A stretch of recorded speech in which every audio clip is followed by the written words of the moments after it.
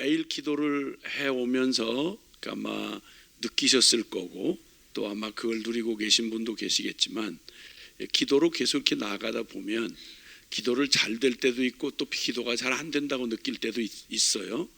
그러나 이번 비상한 때 매일의 기도에 함께 참여하시면서 이 기도의 자리를 떠나지 않는 그런 분들에게 그 축복이, 이게 따라오는 축복인데, 이게 뭐냐면 이상하게 기도를 하면요, 뭐 힘들고 또 어려운 때도 있고 잘 안 될 때 같은 때도 있지만, 한 가지 분명한 건 더 기도하고 싶은 거예요. 그 기도를 하면 이제 했구나, 야 해냈구나, 이런 생각이 든다기보다는 기도에 대한 목마름이 더 생기는 거예요. 좀 더 깊이, 좀 더 주님과 친밀하게, 또 아니면 더 정말 그 기도의 그런 영광 가운데 나아가고 싶은, 한편 잘못 생각하면 답답함 같기도 하지만 그게 더욱 기도에 대한 갈망입니다.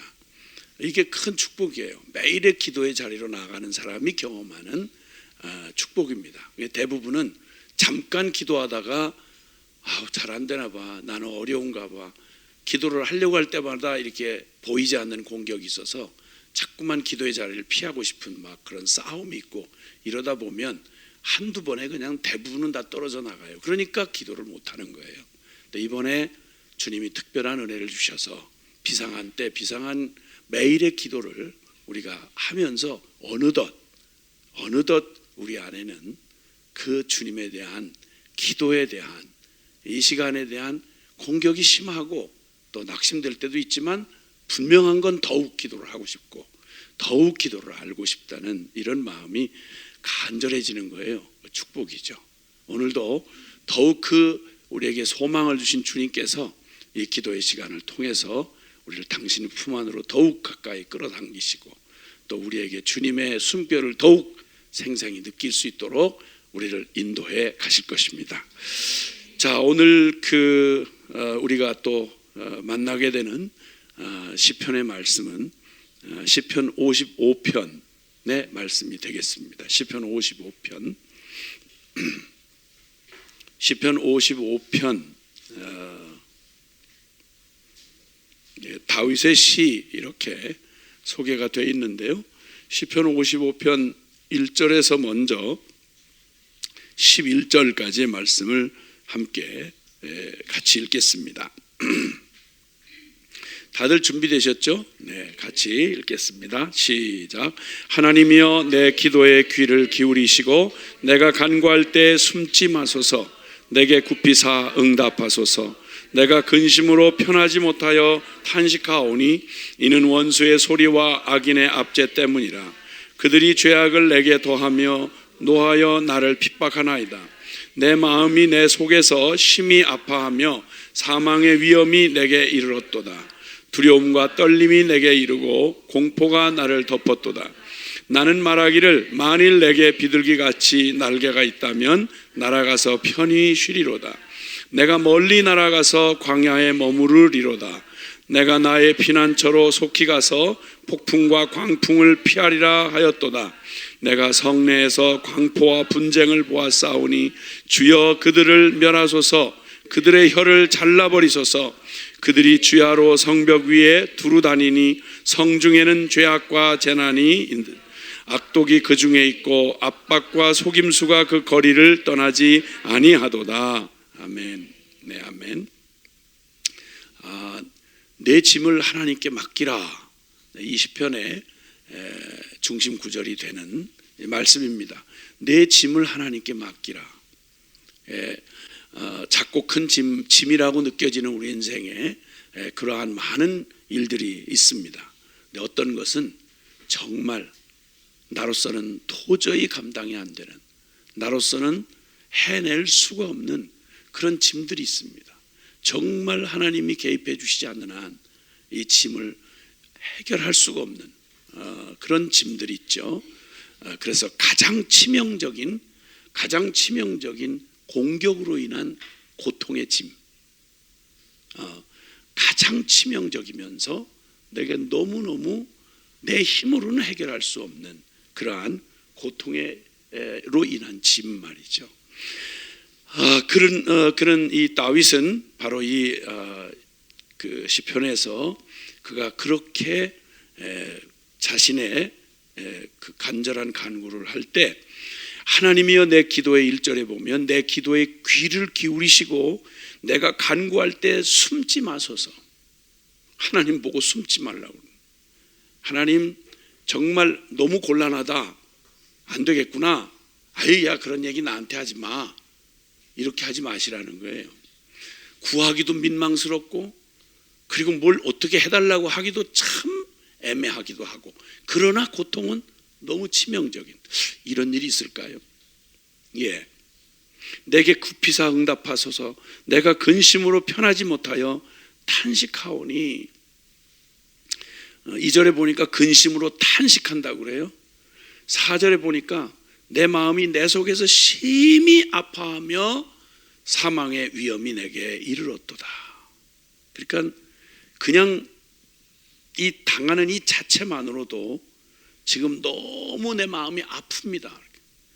뭐 누가 찌르면 찔린 당하는 고통이 있잖아요.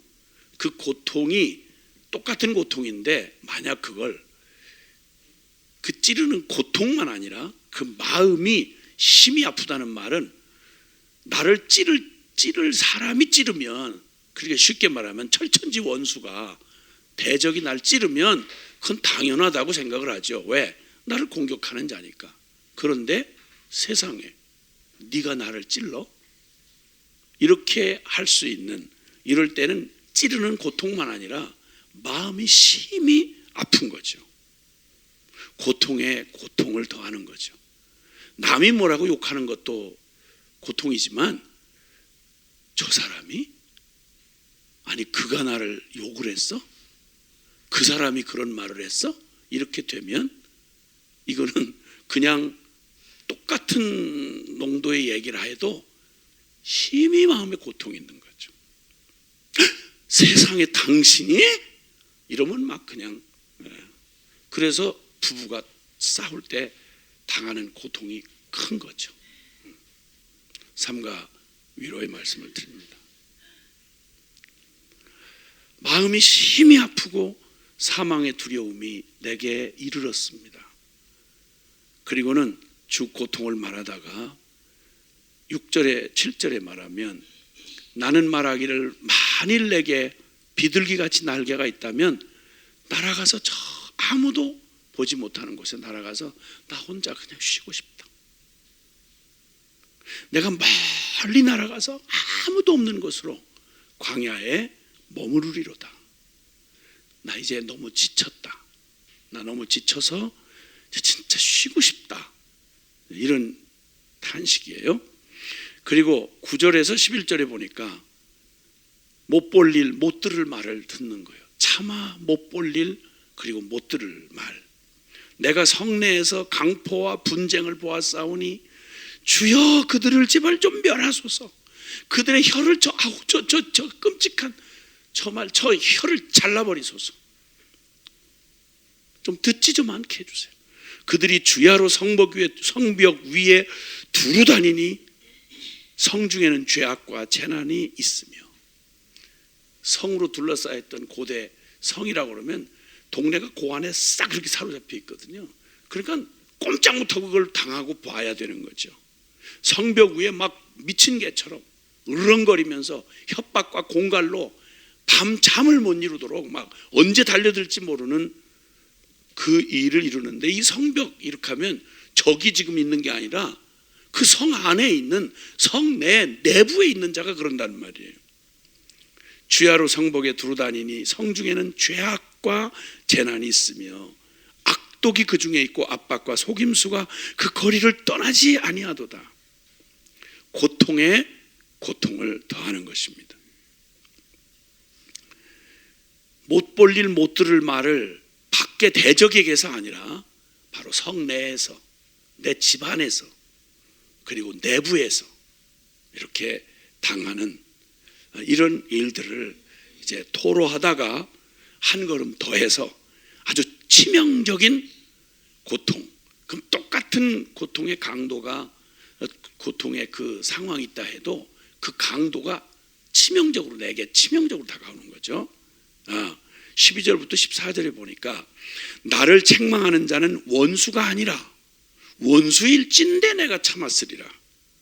나를 대하여 자기를 높이는 자는 나를 미워하는 자가 아니라 미워하는 자일진데 내가 그를 피하여 끝까지 피해버리지 뭐 하고 피할 텐데, 숨었을 텐데 13절에 그는 어처구니 없게도 너로다. 나의 동료, 나의 친구, 나의 가까운 친우로다. 우리가 함께 같이 재미있게 의논하며 무리와 함께하여 하나님의 집안에서 다녔도다. 세상에 한 공동체 안에 있었던 거예요. 한 교회 안에 있었던 거예요. 그런데 어느 날 갑자기 이렇게 은혜를 받고 눈물을 쏟고 서로 간증하고 함께 했던 자가 갑자기 대적이 되는데, 앞서 말한 그 모든 아주 철천지 원수가 했어야 할 일을 내부에서 가장 가까운 친구가, 가장 믿었던 친구, 동료의 배신과 치명적인 공격, 여러분 이 기가 막힌 고통과 배신이 얼마나 힘들고 어렵겠어요. 지금 이 시편 다윗이 그렇게 토로하는, 하나님 이 일에서 숨지 마세요. 그냥 슬쩍 보지 마세요 이 말이에요. 이건 슬쩍 보는 그냥 전쟁, 적과 적의 전쟁에서 이런 게 아니고, 하나님 제가 어떤 고통으로 지금 제가 당하고 있는지 좀 제발 숨지 마시고 대강 보지 마시고 좀 자세히 형편 좀 살펴주세요. 왜냐하면 모함을 하니까 누가 얘기하면 이 내부에 있던 사람이 가서 막 뭐라고 하면 다들 그렇게 할 거 아니에요. 너무너무 기가 막힌 고통인 거예요. 주님 그래서 귀를 기울여 들어주세요. 내 형편을 좀 이 말 저 말 막 혼잡하고 서로 모함하고 고통을 주는 얘기에 휘말리지 마시고 정확하게 좀 분별해 주세요. 어디 하소연할 데가 없어요. 왜냐면 내 친구니까. 너 같은 팀 아니야. 너 같이 네가 날마다 너 자랑하고 하던 너 제일 가까운 네 친구라며. 주여 어떡하죠? 이 시인의 고통, 그것이 치명적인 고통일 뿐만 아니라 아주 치명적인 공격이 되는 거죠. 그러니까 내적인 혼란이 일어나는 거예요. 이걸 대적처럼 그냥 말 그대로 진짜 철천지 원수처럼 아무 생각 없이, 적과 적이면 가서 아무 생각 없이 그냥 같이 맞서 싸우고 힘껏 대적하면 되겠는데, 이게 뭐야? 어제까지 함께 웃고 막 사랑한다고 하다가 갑자기 이걸 원수로 대하자니 그렇고 가까운 친구고, 그 교활한 거짓을 누가 분별해내며 나조차도 혼란이 되는 거죠. 나조차도 어떤 때는 혼돈이 되는 거죠. 이 내적 혼란을 겪는 거예요. 이 시인의 고통을, 이 다윗의 이 고통은 거짓과 모함, 함께 하나님을 섬긴다던 자들의 불경건, 어떻게 함께 주님을 예배하고 노래하던 자들에게서 저런 일들이 일어날 수 있겠는가? 회개도 불가능한. 왜냐하면 다 하니까, 다 알면서 다 하면서 그러니까 거기에 배반하고 죽이려 드는 저 강포함, 그리고 더군다나 나를 너무 잘하니까 아무것도 숨긴 게 없으니까 친구지요. 친구는 친구와 친구 사이에는 모르는 것이 없다. 이렇게 해서 친구 아니겠어요? 나를 너무도 잘 알고 내 약점을 너무도 잘 아는 가장 가까운 친구의 치명적인 공격을 받는 거예요. 바깥도 아닌 성내에서, 원수도 아닌 가까운 동료, 친구, 더군다나 함께 하나님을 노래하고 예배하던 사람에게서. 그 악이 얼핏 그냥 보면 여기 9절, 그들을 멸하소서. 제가 들을 수가 없습니다. 저 불경건하고 저 사악한 말을 제가 들을 수가 없습니다. 혀를 잘라버리소서. 그래서 뭐 어떻게 들으면 그냥 막 잔혹한 뭐 이런 말로 들리지만 그 악 자체를 향한 얘기죠. 너무 사악하니까. 악 중에도 진짜 사악한 악이죠. 15절에 사망이 갑자기 그들에게 임하여 산채로 스올에 내려갈지어다. 이는 악독이 그들의 거처에 있고 그들 가운데 있음이로다. 그 악에 대한 그냥 갑자기 망하고 갑자기 저 음부로 지옥으로 떨어지게 하시고 23절 하나님의 주께서 그들로 파멸의 웅덩이에 빠지게 하시리다. 그리고 피를 흘리게 하고 속이며 하나님의 모든 정의와 진실과 우정과 그 모든 것을 이토록 비참하게 더럽히고 해하는 저 악을 절반도 살지 못하다. 그들의 날에 반도 살지 못할 것이나 이렇게 표현하지. 대적이 당할 저주를 여기에 선포하고 있습니다. 악은 반드시 심판을 받게 되어 있죠. 그리고 드디어 그 말로 다할 수 없는 이 고통을 더하는 치명적인 공격으로 인한 고통, 이 짐은 내가 해결할 수 있는 짐이 아닌 거예요. 그래서 그는 22절에 내 짐을 여호와께 맡기라, 이런 짐을 가지고 하나님 앞에 나아가는 거예요. 이 중에서 옳고 그름을 판단해 줄 건 사람도 아니에요. 사람이 어떻게 알겠어요? 너희들 그 가까운 그 옛말에 있어요. 부부싸움은 누구도 못 말린다고요. 왜? 가장 둘이서 가까운데 누가 거기를 끼어들겠어요? 그러니까 가장 무서운 게 이게 가정폭력 또 내지는 이런 가정의 비극이에요. 왜냐하면 다른 사람이 개입하고 들어갈 수가 없어요. 누가 가족 사이보다 더 잘하는 사람이 있겠어요? 이 고통스러운 짐을, 내 짐을 여호와께 맡기라. 내 짐을 여호와께 맡기라. 그가 너를 붙드시고 의인의 요동함을 영원히 허락하지 아니하시리로다. 어떤 경우에 어떤 그 혼란과 고통 속에서도 우리가 서야 할 자리를 분명히 해야 되는 거예요. 의인의 요동함을 영영히 허락하지 아니하신다. 진리 편에 서면, 그리고 하나님 편에 서면 세상 없는 이런 치명적인 고통이 금방 삼킬 것 같고, 누가 여기서 이거 이겨내겠어요? 내부에서 지금 대적이 일어났는데 누가 이 억울함을 풀어주겠어요? 그냥 그 자체를 해결해 보려고 하면 할수록 진흙탕에 빠지는 것처럼 그냥 보면 그놈이 그놈 같아 보이는 거죠. 왜? 저끼리 싸우는 것 같으니까. 내부에다가 같은 동료에다가 더군다나 함께 성전에서 함께 노래하고 막 간증하고 서로 추천하고 이러던 사람들이니까. 그때 그 짐을 여호와께 맡기라. 그가 너를 붙드시고, 하나님은 안 속으시니까. 아무리 교묘하고 교활하게 뒤섞어 놓아도 하나님은 절대 안 속으시니까. 하나님 본성상 그분은 의로우시고 그분은 죄악을 참아 보실 수 없는 분이세요. 그분이 가장 싫어하시는 이 간사하고 사악하고 교활하고 거짓돼, 이걸 하나님 존재 자체가 받아들일 수가 없어요. 그러니까 아무리 뒤섞어 놓아도 하나님 그 섞인 것 중에, 여러분 자석을 가지고 이렇게 땅바닥에 막 다 섞여 있는 그 흙에 섞여 있는 쇳가루를 어떻게 찾아낼 거예요? 근데 휙 해버리면 뭐 말할 것도 없어요. 강력한 자석 안에 그냥 흙은 다 그냥 두고 고스란히 그냥 막 그 쇳가루만 촤르륵 달라 골라내는데, 그걸 찾아서 일일이 걷어내려면 어떻게 걷어내겠어요? 쫙 샥 빨아들이면 그냥 끝나는 거죠. 할렐루야. 통쾌하잖아요. 하나님은 절대 악에 속거나 동조하거나 어떤 이유로도 불의에 대하여 주님이 거기에 같이 묻어서, 야, 형편상 어쩔 수 없다, 야, 이 경제적으로 따져보니 어쩔 수 없구나, 이런 일은 영원 가운데 없다는 거예요. 의인의 요동함을 영영히 허락하지 아니하시리라. 아멘. 내 짐을 여호와께 맡기라. 그가 너를 붙드시고 의인의 요동함을 영영히 허락하지 아니하시리로다.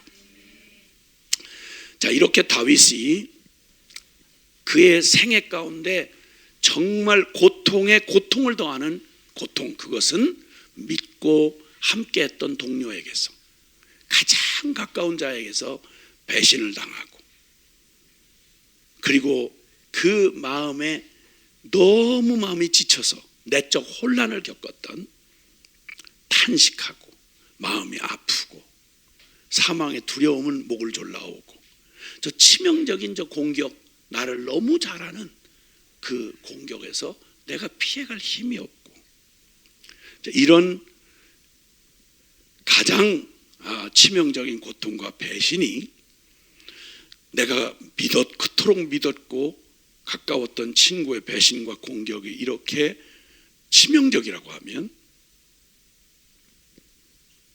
만약에 내 안에 내 안에 나의 병든 자아가, 내 안에 내가 만약 이렇게 나를 속이고 나를 대적한다면, 이거는 뭐라고 표현할 수 있겠어요? 근데 우리의 영적인 상태가 이러한 거예요. 구약시대의 다윗의 그 상황, 그 쫓기고 그리고 그 고통을 당하는 중에 그를 더욱 고통스럽게 했던 게 그의 그 모든 가장 가까운 친구와 그리고 내부 안에서 당하는 고통이 그러했다고 하면, 이제 영적인 세계를 이렇게 들여다보면요, 우리에게 진짜 이 고통이 이렇게 큰 고통이었으면 내 안에 이 죄된 나의 병든 자아가, 남도 아닌 바로 내 안에 내가 나를 이렇게 속이고 대적한다면 이거 어떻게 이기죠? 이길 수가 없는 거예요. 그래서 오직 믿음 아니면 안 되는데, 그 믿음이 바로 로마서 6장 10절 11절에 있는 말씀이에요. 로마서 6장 10절 11절에 보면, 이 기가 막힌 나의 진짜 원수가 역설적이게도 나예요. 나를 가장 괴롭히고 나를 가장 치명적으로 주저앉게 하고 내적 혼란을 일으키게 하고, 그리고 내가 원치 아니하는 죄 가운데 나를 계속 이끌어가며 나를 파멸로 내 인생을 위협하고 다리를 거는 게 가까운 친구, 가까운 동료 정도가 아니라 내가 그렇다는 말이에요. 내 원수가 나라 이 말이에요. 이때 우리는 이 짐을 어떻게 감당할 길이 없어요. 내가 나와 싸운다? 이걸 어떻게 싸우겠어요? 그러니까 주님 말하는 거예요. 오직 의인은 믿음으로 말미암아서 하는 길을 열어주지 않았더라면 우리 스스로 나를 싸우며 살 수가 없어요. 싸워도 해답이 없고요. 로마서 6장 10절 11절 같이 읽어봅니다. 시작.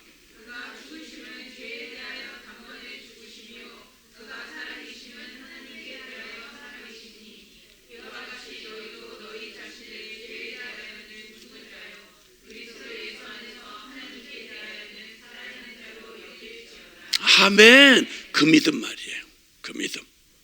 그렇게 내가 감당할 수 없는 나의 죄짐, 나의 병든 자아의 무서운 치명적인 고통, 내가 난 줄 알고 철저하게 속아서 살아왔고 그 내가 나를 공격하는 거예요.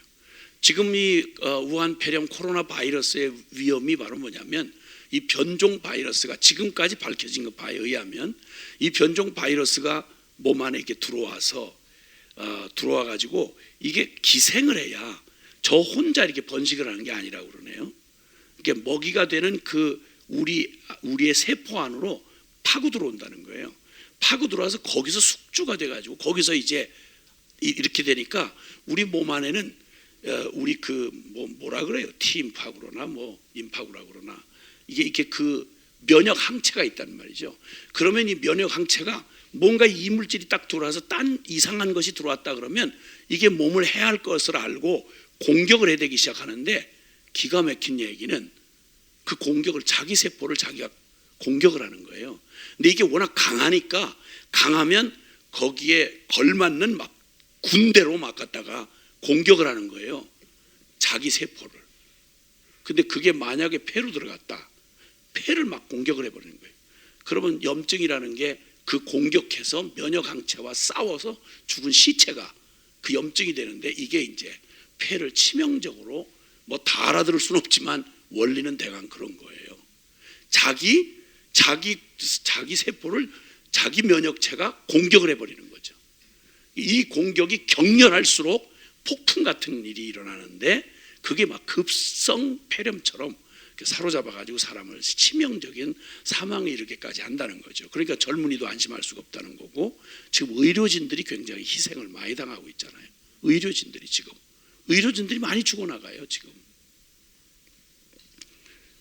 내가 내 안에 나를, 이게 원수된 이 병든 자아를, 내가 나를 괴롭히니까 이 병든 자아가 나를 죄 가운데 이끌어가니까, 이거야말로 다윗이 고통스럽게 노래하던, 이 탄식하던 가장 치명적인 공격으로 인한 고통, 그 짐, 이 짐을 내가 질 수 없어요. 그래서 예수님을 통해서 그 짐을 지게 해주셨고, 그 십자가의 복음이 그래서 준비된 거고, 그래서 그 주님 앞에 나아가는 거예요. 그런 그 믿음을 쓰는 거죠. 그래서 예수 그리스도가 죽으심은 죄에 대하여 단번에 죽으심이요, 그가 살아계심은 그 하나님께 대하여 살아계심이니, 내 이름과 내 자격으로 이신 주님의 그 십자가의 그 공로 의지에서 11절에 그러므로 이와 같이 너도 이제는 믿음 안에서 내 자신이 죄에 대하여는 그리스도 안에서 함께 죽은 자요, 그리고 하나님께 대하여는 산 자로 여길지어다. 그 믿음으로 서야만 가능하다 이 말이에요. 우리의 죄짐을 전부 예수님 앞에 떠 넘기도록 주님이 길을 열어주셨어요. 살고 싶거들랑 그렇게 하라는 거죠. 유명한 찬송가 중에 369장 찬송가에 보면, 죄짐 맡은 우리 구주 어찌 좋은 친구인지, 죄짐 맡은 우리 구주, 가장 무거운 나의 짐, 내가 감당할 수 없는 나의 짐을 맡아준 우리 구주님 어찌 좋은 친구인지. 아무리 가깝고 아무리 좋은 사람도 이런 짐을 대신 져줄 자는 없어요. 이 짐을 져주신 주님, 내 짐을 하나님께 맡기라. 그리하면 그가 너를 붙드시고, 그리고 그 의인의 요동함을 영원히 허락지 아니하신다. 죄짐 맡은 우리 구주 어찌 좋은 친구인지, 걱정 근심 무거운 짐 우리 주께 맡기세. 주께 고함 없는 고로 복을 얻지 못하네. 사람들이 어찌하여 아랠 줄을 모를까. 우리 기도하겠습니다. 내가 해결하지 못할 나의 짐을 지고, 그 수고하고 무거운 짐을 지고 우린 인생의 길을 비틀거리며 애써왔습니다. 그 결과는 뻔했습니다. 왜냐하면 그 짐을 내가 감당할 수 없거든요. 주님이 부르십니다. 수고하고 무거운 짐진 자들아, 다 내게로 오라. 내가 너희를 편히 쉬게 하리라. 어떻게 그런 초청을 하시는가 했더니 그 짐을 전부 우리 주님이 대신 져주셨답니다. 네 짐 내가 다 대신 지고 가.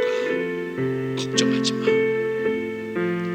다윗이 그토록 간절하게 그 치명적인 고통의 짐을 가지고 하나님을 찾아 나아갔던 그의 믿음이 결코 헛되지 않아서 주님은 때가 차면 예수 그리스도를 보내주시고 우리의 짐을 맡아주시고, 영영이 의의 길에, 믿음의 길에 서 있는 자의 요동함을 절대 영영이 허락지 아니하시고 끝까지 함께한다고 약속해 주시고 지켜주셨습니다.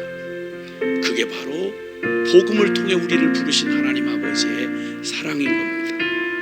오늘 이 비상한 때 매일의 기도, 하나님이 기도의 자리로 이끌어 오신 주님의 사랑을 우리가 믿고, 혹시 여러분 안에 여전히 내가 해결할 수 없는 나의 무거운 짐들, 시험 걱정 모든 괴로움, 근심 걱정 무거운 짐, 없는 사람 누구고 아니진 자 누구인가? 부질없이 낙심 말아라. 피난처는 우리 예수님이다. 세상 친구 너를 멸시하고 너를 조롱하고 너를 배신해도 네가 믿었던 사람들에게서 기가 막힌 절망을 경험했어도 예수 품으로 나아오라. 너의 짐을 그분에게 맡기라. 주님의 초청에 우리 함께 응답하면서 기도하고 나아가겠습니다. 같이 기도합시다. 사랑하시는 아버지 하나님 감사합니다. 주님, 예 주님 감사합니다. 사랑하시는 아버지 하나님 고맙습니다. 오 주님 감사합니다.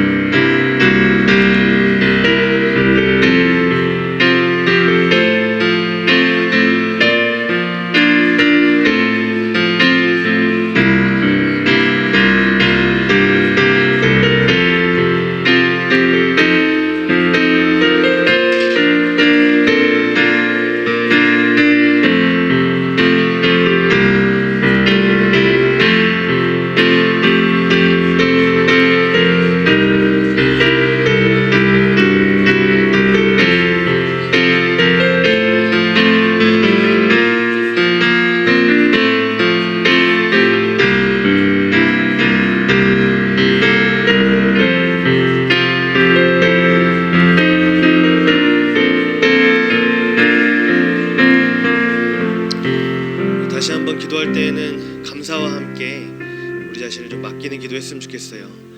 자기 아들을 아끼지 않으신 이가 그 아들과 함께 우리에게 모든 것을 주시지 않겠느냐 말씀하셨던 우리 하나님을 기억하면서 하나님 우리의 참 좋은 친구 되어주셔서 감사합니다. 영원히 변하지 않는 영원히 한결같으신 그 사랑에 나 자신을 맡기고 우리 사랑하는 지인과 친구와 가족도 맡깁니다. 또 우리의 상황이 어떠한지 다 모르지만 하나님 모든 우리 스스로 버거워서 어찌할 바를 모르는 우리 자신과 우리의 모든 상황 하나님 주님 앞에 다 그 짐 맡깁니다. 주님이 우리를 가장 온전한 가장 완전한 그 십자가의 사랑의 길로 우리를 인도하여 주시옵소서. 함께 기도하십시다. 하나님 아버지 감사합니다. 주님 찬양합니다. 주님 하나님 저 자신을 맡깁니다. 주여 아버지 자기 아들을 아끼지 않고 하나님 아들마저도 내어주신 그 놀라운 사랑 변하지 않는 사랑 그 크신 사랑 측량할 수 없는 사랑 하나님 찬양하며 주님 기뻐합니다. 주여 아버지 오 할렐루야 주님 높임을 받으시옵소서. 어찌 이런 사랑이 있겠습니까? 하나님 아버지 주님같이 이런 좋은 친구가 어디 있겠습니까? 하나님 변함없는 오 하나님 우리 주 예수 그리스도를 하나님 아버지 변함없이 사랑할 수 있는 이유가 있다면 주님 아버지 우리는 변했어도 주님은 한 번도 변한 적 없이 신실한 그 사랑으로 우리를 찾아와 주시는 주님을 찬양합니다. 아버지 하나님 오 주님 감사합니다. 주님 찬양합니다. 주님 기뻐합니다. 아버지 하나님 오 주여 아버지 하나님 주님 감사합니다. 아버지 하나님 우리는 주님을 배반한 적 있고 실망시켜드린 적 있고 또 주님 앞에 잘 가던 길 넘어진 적 있으나 우리를 한번 사랑하기로 결정하신 한결같은 그 아버지의 사랑이 우리를 한 번도 배반하지 않은 참 좋은 아버지요 좋은 친구로 우리와 함께 해주셔서 감사합니다. 하나님 저 자신도 그리고 우리 사랑하는 가족들도 그리고 내가 어찌할 바를 모르는 우리의 모든 버거운 상황도 주님께 맡깁니다. 하나님 이것이 완전한 길임을 믿습니다. 감사드리고 우리 주 예수 그리스도의 이름으로 기도드립니다. 주님께 감사의 박수를 드리겠습니다.